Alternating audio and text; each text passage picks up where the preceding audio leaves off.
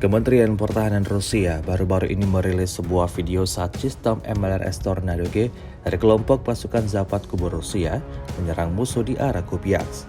Rekamannya diunggah di akun Telegram @moderasia pada Kamis 28 Desember 2023. Para kru menargetkan serangan pada tenaga, daya tembak, dan benteng musuh. Penyesuaian api memberikan akurasi maksimum dari tendangan volley, di mana yang diutamakan adalah mobilitas.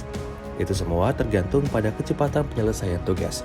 Awak Tornado G dapat mengenai berbagai sasaran area, benteng, posisi tembak musuh, area pasokan amunisi, dan memutus jalur pendekatan cadangan musuh. Dapat dilihat dalam rekaman para prajurit sigap bergerak maju menuju posisi tembak. Kemudian langsung meluncurkan rentetan tembakannya.